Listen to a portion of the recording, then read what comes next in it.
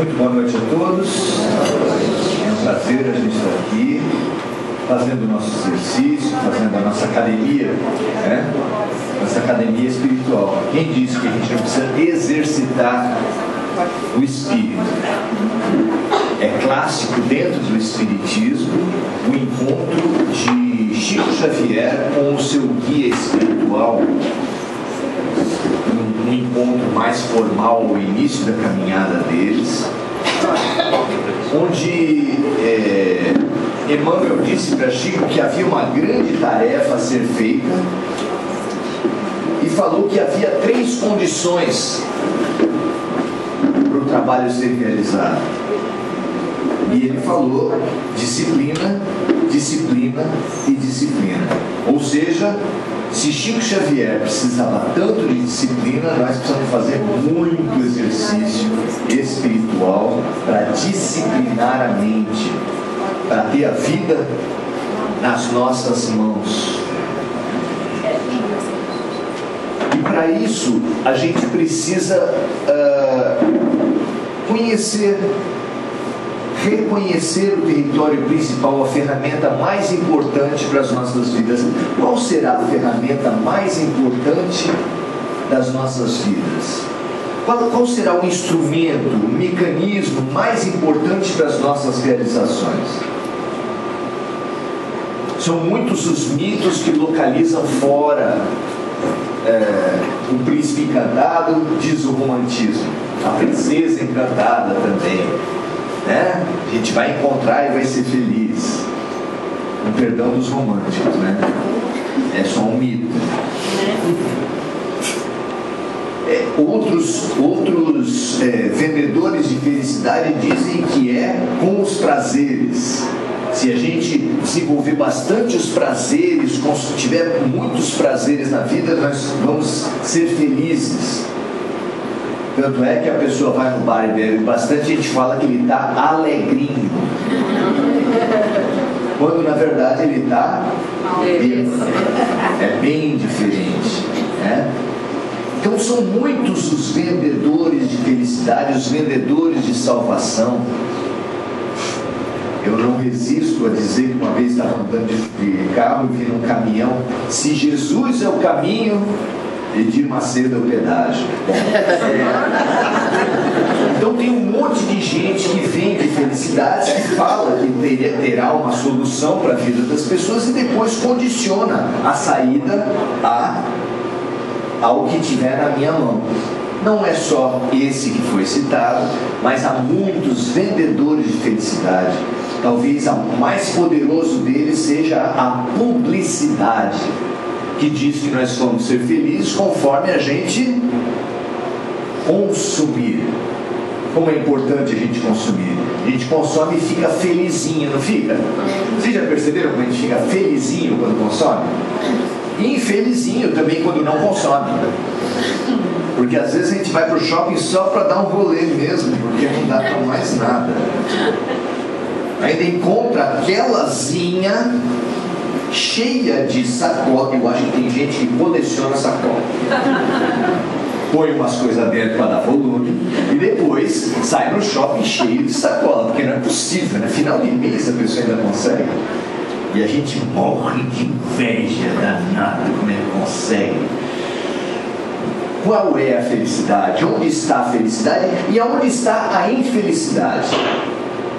Os espíritos disseram para Allan Kardec que existe uma fonte, são 2 praticamente, mas são 2 em uma, que é a fonte de todos os problemas humanos. As guerras, o terrorismo, a corrupção, os crimes todos, tem uma fonte só. Nessa nossa ancestral tarefa de autoconhecimento, nós precisamos conhecer qual é essa fonte, porque se o bicho tem uma cabeça, você precisa saber qual é o ponto final do bicho para poder ter a vitória, para poder vencer. E os espíritos foram unânimes ao dizer que todos os problemas humanos têm como origem o orgulho e o egoísmo. E como Todos os sábios sempre falaram: conhece a ti mesmo, nessa tarefa de se conhecer e conhecer a vida, saber que os problemas todos têm origem aonde? Em Brasília? Não. Na sogra? Não. No cônjuge? Nós sempre achamos alguém para culpar. E os Espíritos vêm dizer que os problemas estão em nós. E aí é chato, né? Ah, não tenho mais ninguém para culpar. Como é que fica? É bem incômodo esse negócio de espiritismo, viu? Bem chato. Estava tão bom, né? Culpar a sogra, culpar o chefe, culpar o partido político que você não concorda. Porque quem é vermelho tem certeza que a culpa é dos verdes. Quem é verde tem certeza que a culpa é dos vermelhos. E o Brasil não anda, tem jeito. Enquanto a gente fica sempre culpando o outro, o casamento também não anda. O condomínio também não anda. A família também não anda. Os Espíritos vieram dizer que a fonte dos problemas, que todos os problemas iniciam no ser humano. Que nesse processo de transição que a Terra está fazendo, vai haver um fator que nenhuma ficção científica encontrou. Todas as ficções científicas, pelo menos as que eu conheço, elas têm alguns nortes. Quando apresentam um mundo novo, eles falam de tecnologia. Algumas ficções científicas falam de um mundo pós-apocalíptico, tipo Mad Max, né? Outras com tecnologia, outras se centram num sistema político de dominação, como Matrix, como vários outros. Pois o que é revelado para a gente é que o fator principal do novo mundo que vai definir o futuro da humanidade é o único fator que vai melhorar todas as instituições. A saúde, a educação, a política, a religião. Qual é esse fator que vai transformar tudo em melhor? O que é? É a religião? É o partido político? É a filosofia? É a ciência? É a tecnologia? O que é? Seres humanos melhores. Esse é um item absolutamente inédito. Eu não consigo lembrar de uma ficção científica que falou assim: no futuro haverá seres humanos melhores. Pouco importa se nós vamos andar em avião, nave espacial ou qualquer outra ferramenta. O mais importante, que vai transformar a polícia, vai transformar tudo na nossa vida, vai acabar com a violência, é seres humanos melhores.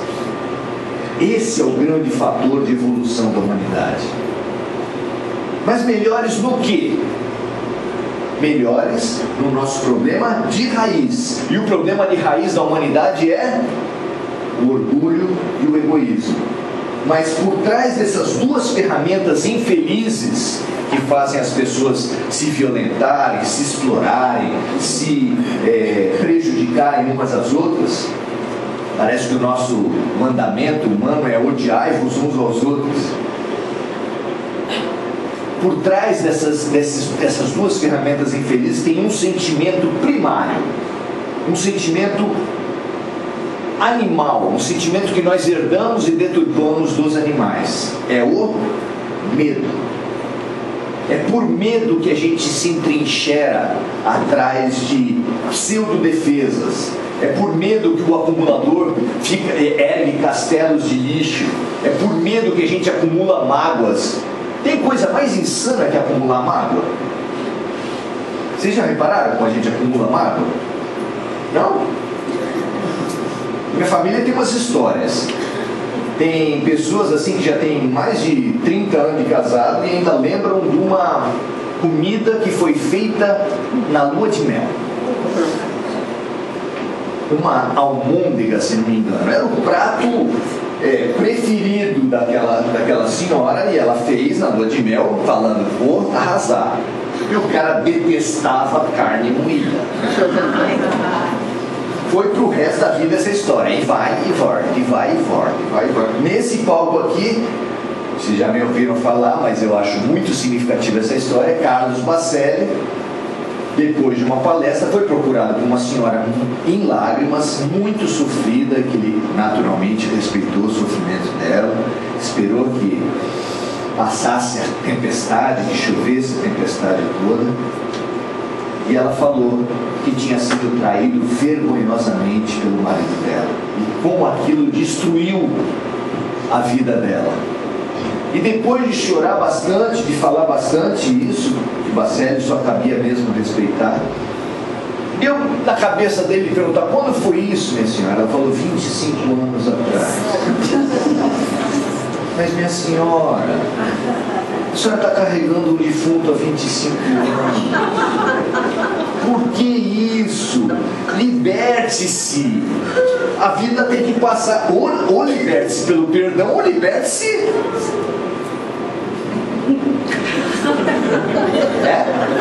Pois é. Decide. Mas ficar carregando isso, ostentando a posição de vítima, realmente pode ser confortável, mas é um conforto terrível. É um conforto venenoso. Então, nós temos o sentimento do medo que nos faz vestir couraças, vestir carapaças, escudos e andar pesado o tempo todo, pesado de culpas, pesado de mágoas, pesado de sentimentos que só nos envenenam e pesam. Como é pesado viver assim? Como tem sido pesado viver assim? Então, vamos pensar a respeito desse medo, desse sentimento primário. Tem duas passagens do Evangelho que são muito interessantes, que falam do surgimento dos dois maiores seres que já vieram para a Terra. E eles foram contemporâneos, eles nasceram muito próximos. Eles eram primos. Um veio de uma mãe já idosa. E quando veio um anjo e falou para Zacarias: a sua mãe, a sua esposa terá um filho, ele falou: como pode ser? A gente tentou a vida toda, ela já é idosa, não pode ter mais filho. Duvidou e se fechou. Num outro extremo, ao invés de uma idosa, uma menininha, uma adolescente, não se sabe a idade exatamente, mas uma adolescente. Um anjo também chegou para ela e falou: você vai ser mãe. Ela estava 1 semana do casamento. Aí ela falou: como? Como é que é? Não, você vai ser mãe. Mas como pode ser se eu nem conheço o homem ainda? Conheço no sentido bíblico é aquilo que você já pensou. Não tinha conhecido o homem ainda, mas como eu posso estar grávida desse jeito? Ela falou, eles falaram: pois você está grávida do ser mais evoluído que já esteve na Terra. É o Messias prometido. E ela, ouvindo isso, se conformou e disse: faça-se na serva a vontade do Senhor. Enquanto Zacarias se rebelou e por causa disso recebeu como punição ficar mudo até que desse o nome de João para João Batista, aquele precursor que abriria, primo de Jesus, que abriria os caminhos para o Messias. Ambos tiveram medo, especialmente Maria, porque uma adolescente, quando todo mundo soubesse que ela estava grávida, como é que ela ia ficar? Imagina, marido ia gostar? Marido não gostando, a comunidade, a família, ela ia ser colocada para a rua. E uma mulher colocada para a rua, na verdade uma menina colocada na rua naqueles tempos, teria como praticamente única alternativa a prostituição. Ela cairia em desgraça e a situação dela estaria muito complicada. É muito interessante como nós temos lidado com o medo. Como nós temos lidado, inclusive com uma das coisas que mais gera medo da vida da gente, que é fantasma. Você está num lugar que o pessoal que vê mais fantasma, a quantidade de gente que vê fantasma no cinema de luz é um índice altíssimo. Você não se pega assim pelo olhar das pessoas, parece tudo gente normal, mas a maioria de todo mundo aqui vê fantasma, viu? Não fica muito... Porque o símbolo do medo humano está aonde? O que mais simboliza o medo humano? O medo por excelência do ser humano é o medo da morte. Nós temos muito medo da morte. E quando aparece um fantasma para a gente, e o anjo que apareceu para Zacarias e para Maria, era o quê? Tem gente de outras religiões que fala assim, não pode ter comunicação de vivos e mortos. Ah, é? A Bíblia toda é comunicação de vivos e mortos, meu Deus do céu. O que é um anjo? Tem corpo? Não. Se não tem corpo, é espírito, meu amigo. É espírito de luz, mas é espírito. Ah, não pode. Deus do céu. Moisés proibiu. Sim, mas Moisés fez os 10 mandamentos inspirado em quê? Ah, foi Deus. Tá bom, mas Deus não tem corpo. Deus é através dos enviados. Então, era uma presença espiritual, é claro. Chico Xavier no Pinga Fogo falou que a primeira psicografia que foi feita foi por Moisés. Eles que duvidavam tanto do Chico como psicólogo. Então, nós temos esse sentimento básico que nos faz nos defender e atacar o tempo todo. A base do ataque, da defesa, da competição, da violência toda na humanidade é esse sentimento de medo, essa guerra permanente que a gente vive, que nos exaure, que nos violenta a todos. Nós precisamos entender, porque afinal de contas nós já queremos nos afastar do animal. O animal tem no seu instinto como base o medo, mas nós primeiro que transformamos isso num terror. E no momento que o medo se espalha e se amplifica na alma humana, ele se torna uma das grandes doenças do momento, que é o pânico. O pânico é realmente uma doença grave, precisa de tratamento psiquiátrico, psicológico e espiritual. Mas o medo básico já faz as pessoas terem impossibilidades muito grandes. Muitas são as pessoas que tiveram uma experiência infeliz no início da sua vida afetiva e depois começam. Homem é tudo igual, só muda de endereço. Vocês já ouviram essa? Não se iluda, mulherada. Fala-se o mesmo das mulheres.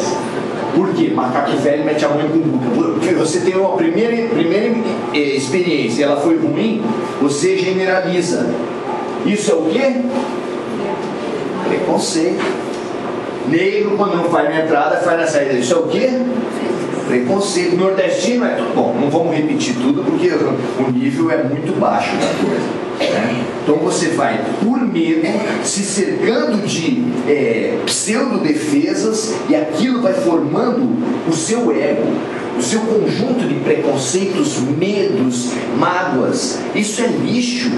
Isso faz muito mal para a gente. Isso é a fonte de todos os males. É o orgulho e o egoísmo. Como trabalhar essa questão? Como vencer o medo da morte? E é aí que acontece isso que tem acontecido com a maioria de nós e que a gente não fala porque pega mal. Você chegar no trabalho e falar assim: ô, meu chefe, hoje eu atrasei porque eu tive sonho muito ruim de madrugada, eu tive sonho com perturbação, eu tenho certeza que foi perturbação espiritual, meu amigo, não vai dar certo.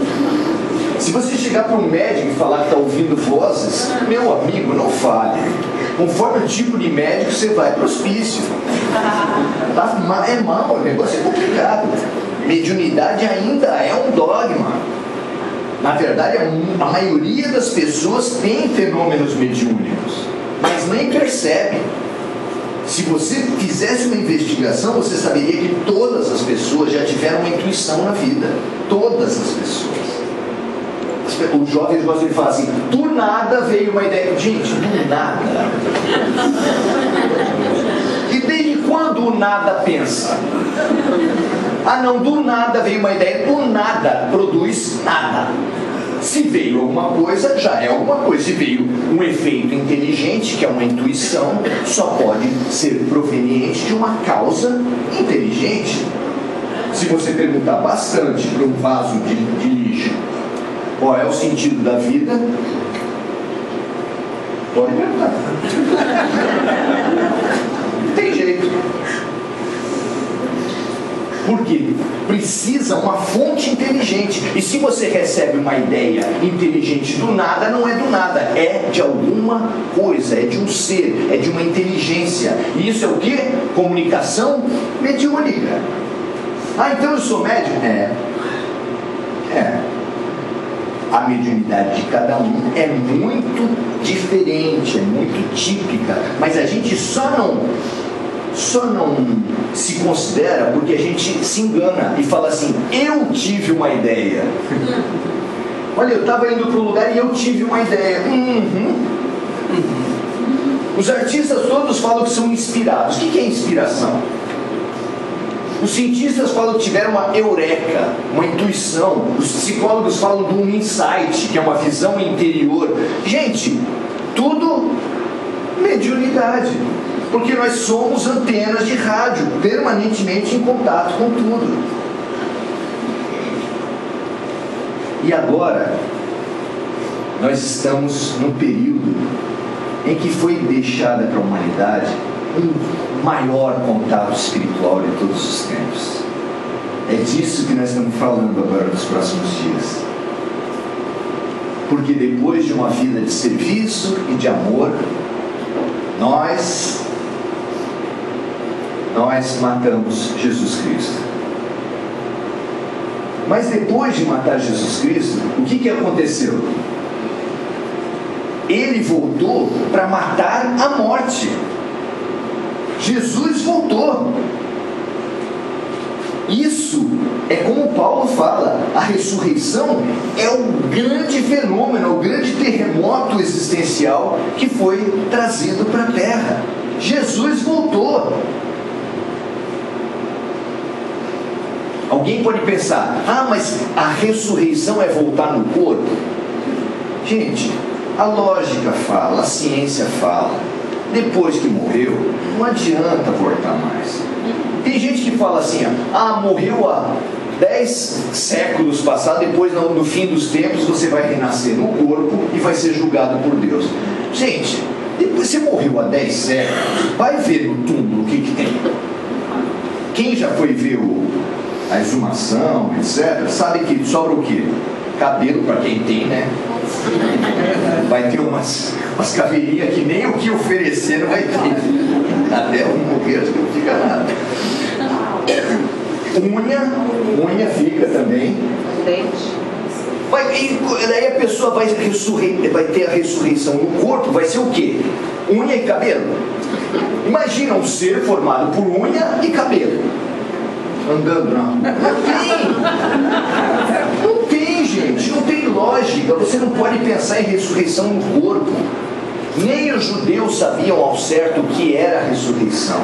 Eles tinham uma confusão de ressurreição com reencarnação. E a gente tem confusão quando não está bem claro na cabeça da gente. Mas clareou com a chegada com a difusão da mediunidade, que era uma coisa escondida e que cada vez está mais claro, e que era doença e que não é mais doença. O Código Internacional de Doenças da Medicina já não classifica mais ver coisas e ouvir como doença. Mediunidade como doença depende do efeito que isso dá na pessoa. Se aquilo perturbar, a perturbação é problema, mas a mediunidade em si não é. Eu sei que tem médico que ainda, mas é isso, mudança, você faz a mudança, mas nem todo mundo assimila. Jesus veio matar a morte, resolveu o problema do egoísmo, a fonte de todos os nossos problemas, pela raiz que é o medo. Vocês entendem o que representa a ressurreição? O que representa a Páscoa? É uma tremenda oportunidade de comer chocolate.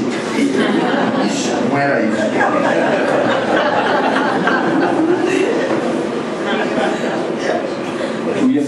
coisa, não sei o que é. É uma tremenda oportunidade da gente matar o problema pela raiz. Se o problema, todos os problemas humanos têm como fonte o orgulho e o egoísmo, se o egoísmo tem como fonte o medo mal administrado, o medo que toma conta das nossas vidas, o medo que se transforma em 1000 defesas que não nos defendem e que só pesam mágoas, culpas, medos, preconceitos, que nos fazem felizes. Como o preconceito nos faz infelizes, como a mágoa, como a culpa, como isso tudo nos pesa. Então nós precisamos matar o medo. Matar o medo é acreditar na vida eterna. Nós não acabamos aqui. Você teve um parente que morreu? Você teve um parente que na nossa ignorância nós chamamos de finados? Ah, é? Consulte o seu coração, não precisa nem pensar em espiritismo. O seu coração diz que a pessoa acabou? Ah, minha avózinha, minha mãe, meu irmão, consulte o seu coração. Acabou? Foi isso? É isso que o seu coração lhe diz? Duvido. Finados é aquilo que finou, que acabou. É isso que o seu coração diz? O nosso coração, mais que qualquer doutrina sabe, o nosso amor, a pessoa cujo corpo morreu, continua viva. Os seres continuam vivos. A esperança continua certa. Nós precisamos dessa certeza. Nós precisamos dessa certeza. Ganhar a perspectiva espiritual da eternidade revoluciona as nossas vidas. Estude isso e veja se não é assim. Se você tiver um filho, um sobrinho na Cracolândia, e você falar para ele assim: meu amigo, você está iludido por causa de um espasmo de prazer sensorial que depois dá uma síndrome de abstinência terrível, por causa de uns minutinhos que no início é prazeroso e que logo depois você já tem que tomar para sair do fundo do poço. Por causa disso você perde quantos anos de vida? Por causa de 5 minutos de prazer você perde tudo isso da tua vida? Será que vale a pena? Você está negociando bem? Trocando os minutos por anos da sua vida? É fundamental para a pessoa que só quer gozar a vida, para a pessoa que está se afundando no vício, saber que a vida não é só 5 minutos, que a vida é 20, 30 anos. Mas e para nós? Será que não é importante a gente também viver o agora, mas como se a vida fosse eterna? Como se a vida fosse infinita? Porque a vida é eterna. O quanto isso transforma a nossa vida? Aquela pessoa que tanto nos perturba, que você vai falar: nossa, essa pessoa... Eu sei que o pessoal do espírita não tem esse tipo de problema, mas diz que tem gente que pega uma gana de um dos outros e que fica enraizado, fica atolado naquilo. E a gente fica, não fica? Fala a verdade. Fica. Parece que é o tudo de ruim, parece que é o cão chupando manga, é o bicho, é o problema da vida da gente. Só que, na verdade, onde a gente vê que é o problema é um erro de perspectiva. Porque aquela pessoa que mais te perturba, como é que é aquele negócio do remédio? O remédio que mais amarga é o que mais cura. A pessoa que mais te perturba é aquela que mexe no teu ponto mais fraco, mais importante de ser fortalecido, que é o remédio que mais você precisa para se curar. Ou como diz o psiquiatra Alberto Almeida, palestrista espírita, doeu, é teu. Então é assim, ele tem um grupo terapêutico que aparece um monte de gente se queixando um do outro, sabe como é que é? Não é um mimimi, é um mimimi. Todo mundo adora se queixar do outro. Depois que a pessoa queixa bastante, ele falou assim: doeu? É teu. 2 homens saem na rua e são xingados na sua... duvidam da sua heterossexualidade. Não exatamente com esses termos, tá? Mas isso a gente não vai repetir aqui nesse ambiente. Aí xingam essas pessoas. 2 homens. Ouve aquilo, olha para a pessoa e passa adiante. Outro se perturba. Outro se pega de dores e cai para cima e vai brigar e se arrebenta. Por que essa diferença? Por quê? Há homens que são seguros da sua sexualidade. Não precisa provar para ninguém. Não precisa provar para ninguém. O cara falou aquilo? Falou. Tá bom, vai. Agora eu vou ficar me amarrando por esse tipo de coisa, e passa batido. Por quê? Tem segurança. Aquilo não pega. Não é ponto fraco para ele. Se é ponto fraco, dói. E se dói, é dele. É problema. Ele precisa daquilo. Ele precisa daquela experiência, ele precisa se olhar. É por isso que na passagem mais incompreendida do Evangelho, Jesus falou: amai os vossos inimigos.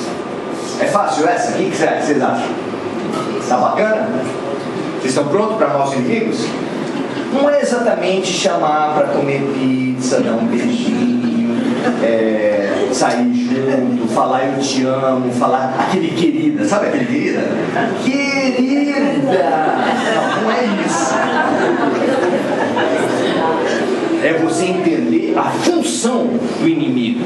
O inimigo, tanto o espiritual quanto o material, ele se especializa em achar o teu ponto fraco, em achar tuas fragilidades. Ele escaneia a tua alma até achar teus problemas. Desde que eu brincava na rua.